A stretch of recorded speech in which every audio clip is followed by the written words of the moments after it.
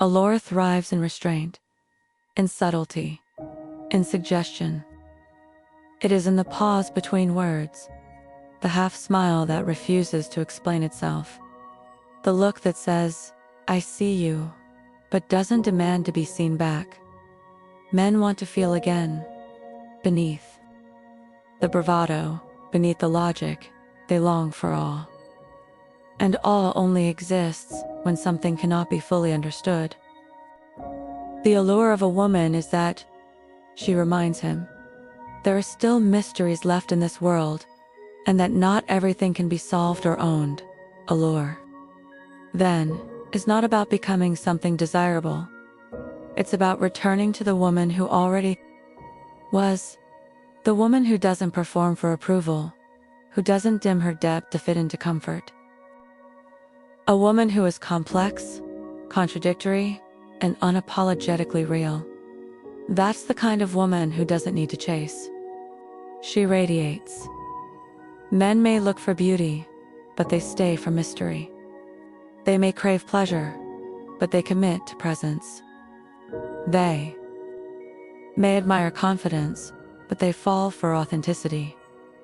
Allure is the balance of all these paradoxes. It is not something you wear, it's something you become. There's a mystery that has always lingered in the tension between men and women, an invisible current of want, of hunger, of recognition. The poets have written about it, the philosophers dissected it, and the artists have tried to capture it in the gaze, the curve, the sigh. They call it allure. A word that feels like perfume, soft on the tongue but lingering long after it's gone. Allure is not beauty. Beauty can be measured, painted, filtered, and mathematically balanced. Allure is something else in energy, a vibration that transcends symmetry. It is what pulls a man not merely to look, but to linger. It is the reason he forgets what he was about to say. The reason his logic bends. Men, though they rarely admit it, are seekers of something ancient within a woman, the resonance of the feminine divine. Not merely softness or sensuality, but the presence that awakens him from the mechanical life he lives. The allure of a woman is not in her perfection, but in her contrast. She is the reminder of everything he cannot possess, and yet everything he secretly desires to understand. You see, men don't really want a woman, they want the feeling she gives them when they are near her. That is the true allure. It is a mirror they cannot stop looking into, hoping to see themselves as more alive, more powerful, more seen. When I speak of allure, I do not speak of seduction in the vulgar sense. Seduction is a performance. Allure is an essence. Seduction tries to convince. Allure simply is. One is manipulation. The other is magnetism. And magnetism, my dear sisters, is born from a woman who knows herself. A man wants a woman who moves with meaning. Not always confident. Confidence can be loud, but with a kind of quiet certainty. She may not know where she's going, but she trusts her rhythm. A woman who is at peace with her shadow is more alluring than one who pretends to have none. For men, whether they can articulate it or not, are drawn to mystery. And mystery cannot exist without darkness. I have watched men chase illusions. They call it love, but often it's validation dressed in passion's costume. They crave, though. Chase because they want to feel their own power reflected back to them. But true allure doesn't chase, it invites. It is the open door that says, you may enter if you understand the language of silence. Men want freedom. They say it, they fight wars for it. They build empires in its name. Yet the irony is this: what they truly desire is the freedom to surrender without shame. Allure gives them that. It allows them to feel safe enough to lose control for a moment, to melt into the feminine presence that doesn't demand, but receives. Allure is not obedience. It is receptivity. It is the art of allowing energy to flow through you instead of around you. When a woman embodies allure, she becomes a kind of mirror through which a man sees his own depth. But if she uses allure without wisdom, she becomes the flame that burns without light, consuming rather than transforming. There is a psychology to this, of course. Men, by nature, seek to conquer. The instinct is ancient, woven into the DNA of survival and hierarchy. But what happens when a man meets a woman who cannot be conquered? Not because she resists, but because she simply exists beyond possession. That is when the game changes. He no longer plays to win her. He plays to understand her. And understanding, for a man, is the ultimate seduction. Let me tell you something many won't. Men are not only drawn to beauty, they are drawn to meaning. A beautiful face may turn their head, but a meaningful presence will turn their soul. The allure of a woman is not in her smile or her body, it is in the way she sees the world, in the way she pauses before answering, and the way she looks at him as if she already knows the ending, but still chooses to listen to the story. When a woman is self-aware, she becomes dangerous not in the cruel sense, but in the divine sense. She is no longer reacting to the world, she is creating it. Her allure becomes philosophical, it asks questions without words. It makes a man confront himself, his desires, his fears, his illusions of control. I have seen men fall in love with the sound of their own hearts beating in her presence. That's what allure does, it amplifies. It doesn't hypnotize. It reveals men want to be needed, but more than that, they want to be chosen. And when a woman chooses them not out of loneliness, but out of fullness, that choice becomes sacred. That's allure in its highest form, the union of strength and softness. The tragedy of modern attraction is that both men and women have forgotten the poetry of longing. Everything is instant, exposed, explained. Allure dies where there is no space for mystery. The ancient art of attraction was never about exposure, was about revelation. To reveal is to offer a piece, not the whole. To show just enough that the imagination does the rest. Allure thrives in restraint, in subtlety, in suggestion. It is in the pause between words, the half smile that refuses to explain itself, the look that says, "I see you," but doesn't demand to be seen back. Men want to feel again, beneath the bravado, beneath the logic. They long for awe. And awe only exists when something cannot be fully understood. The allure of a woman is that she reminds him there are still mysteries left in this world, and that not everything can be solved or owned. Allure, then, is not about becoming something desirable. It's about returning to the woman who already was, the woman who doesn't perform for approval, who doesn't dim her depth to fit into comfort. A woman who is complex, contradictory, and unapologetically real. That's the kind of woman who doesn't need to chase. She radiates. Men may look for beauty, but they stay for mystery. They may crave pleasure, but they commit to presence. They may admire confidence, but they fall for authenticity. Allure is the balance of all these paradoxes. It is not something you wear, it's something you become. There's something tragic and beautiful about Ellerit, lives in the space between control and surrender. Every woman who has ever possessed it knows the burden of it. The power that draws men near can also leave her feeling unseen. Because men often fall in love with the feeling she awakens in them, not the woman herself. That's the paradox. To be alluring is to be both worshipped and misunderstood. It takes wisdom to wield allure without losing yourself to it. The immature, Woman uses allure as a weapon. The wise woman uses it as language. The weapon seeks validation. The language seeks connection. Many women mistake attention for admiration, and admiration for love. But attention is the cheapest form of energy, costs nothing to give and even less to withdraw. The true test of allure is what remains when the eyes have looked away. Does your essence still echo in his thoughts? Does your silence still speak after the conversation ends? Thus, real allure lingers, where the body cannot. Men want a woman who can haunt them, not in a cruel sense, but in an existential one.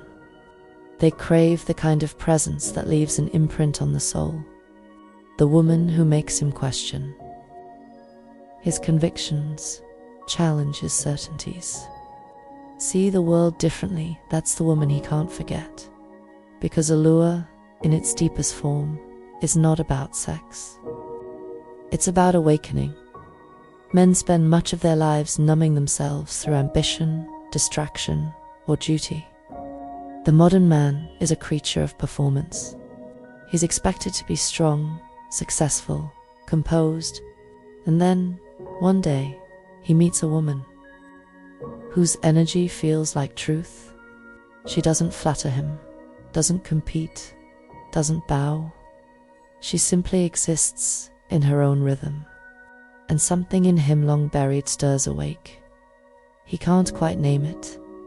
He'll say she's different. He'll talk about her eyes, her voice, her scent, but none of those are the real reasons. What he's responding to is the purity of being seen without being judged. That's the ultimate allure. You see, men don't fall for a woman, they fall for how they feel around her. When her energy is grounded, yet alive. When she listens without losing herself. When she embodies her own worth without demanding recognition, she becomes the sanctuary. Every man secretly seeks. He may chase adventure, but he longs for peace. And allure, when it is rooted in authenticity, offers both. It excites and soothes. At once, let's be honest, men are not as complicated as we think. Their desires are primal, but their longing is spiritual. They may be drawn to what they see, but they are kept by what they sense. The allure that binds them is not always visible. It's in the cadence of a woman's speech, the patience in her silence, the courage in her eyes. Men are drawn to women who remind them that softness and strength can coexist. Because the truth is, most men have never been taught how to receive softness without wanting to control it. So when a woman stands in her own softness without fear, she becomes both mirror and medicine. She reflects his hunger for connection, while healing his fear of it. Allure, then, is not about manipulation, it's about mirroring truth. When a woman understands her power, she doesn't need to prove it. She lets it speak for her. She becomes art and experience rather than an explanation. Men cannot define her because she refuses to define herself by their gaze. That's the deepest allure, the freedom of not needing to be understood. I have often said, the most alluring woman is the one who is content in solitude, because she is whole. She does not enter love to be completed. She enters to share her completeness. Her presence says, I am already home, but you're welcome to walk. With me, Awaya men sense that wholeness. It disarms them. For centuries, they were taught that love was ownership, that to love was to possess. But the woman of allure cannot be owned, only experienced. She's the paradox that cannot solve the storm that calms them, the question that makes them listen. And yet, allure must evolve, or it devours itself. When a woman's allure becomes obsession with power, she loses her essence. She becomes addicted to control, to being desired, to being the center of attention. That is when allure turns toxic. For allure was never meant to dominate, was meant to dance. True allure isn't about making men weak. It's about awakening their depth. The philosopher in me believes allure is sacred. It is one of the last remnants of the divine feminine that survives in a world obsessed with logic. It is chaos that gives meaning to order, fire that gives warmth to reason. It's not meant to be tamed or explained away. When men look at an alluring woman, they see the echo of the goddess, the archetype that predates religion. She is creation and destruction. She gives life and takes breath. Her allure is not just physical, it is ontological. She represents what man has lost: connection to the mystery. And mystery, my sisters, is not deceit. It is depth. It is the refusal to flatten oneself for comprehension. Men want women who can remind them of something holy, not in the church's sense, but in the ancient sense of reverence.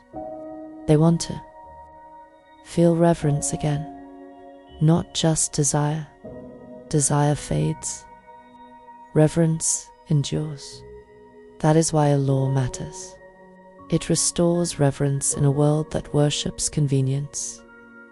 I sometimes ask my students, what do men really want? And they always answer with clichés: respect, love, loyalty, beauty. But those are symptoms, not sources. The truth is simpler, yet deeper. Men want to feel alive. Every pursuit, money, power, fame, conquest, comes down to that. And a woman of allure becomes the embodiment of that aliveness. She reminds him that life is not meant to be managed. It's meant to be felt. But here's the secret. He cannot feel alive unless she is alive. Her allure dies when she disconnects from her own emotions. When she suppresses her sensuality, her curiosity, her vulnerability. Allure needs energy it feeds on truth. When she laughs fully, feels deeply, speaks boldly, and grieves without shame, her presence becomes magnetic. Not because she's perfect, but because she's real. And realness is the rarest seduction of all. So, what do men want? They want what they cannot explain. They want the pulse of life wrapped in the mystery of womanhood. They want softness that does not crumble, strength that does not dominate. They want to be challenged, but not humiliated, desired, but not devoured. They want to meet a woman who reminds them that love is not a transaction, but a transformation. Allure is the portal to that transformation. It is not something to use, it is something to embody. When a woman embraces her contradictions, when she is both fierce and tender, wise and wild, serene and passionate, she becomes the symphony men can't stop hearing in their dreams. And when she learns that allure isn't about getting attention, but about embodying truth, she steps into the kind of power that no man can give or take away. If I could leave one truth behind for the women who listen to me, it would be this: don't chase allure. Become the kind of woman who no longer needs to sit with your pain until it softens into wisdom. Honor your body as the temple of your intuition. Speak with grace, not performance. Walk with intention, not anxiety. Be the kind of presence that calms storms simply by existing. That's what men want, even if they don't know how to say it. They want a woman who makes them remember that love is not a strategy. It's a recognition. The allure of a woman is that she sees beyond the armor, beyond the ego, beyond the noise, and still chooses to see the man underneath, not the hero, not the provider, not the protector, the human dot. And that, my dear sisters, is the final secret of allure. It is not power over a man at his presence with him, the kind of presence that makes him forget the world for a moment, because in her eyes, he finds himself again.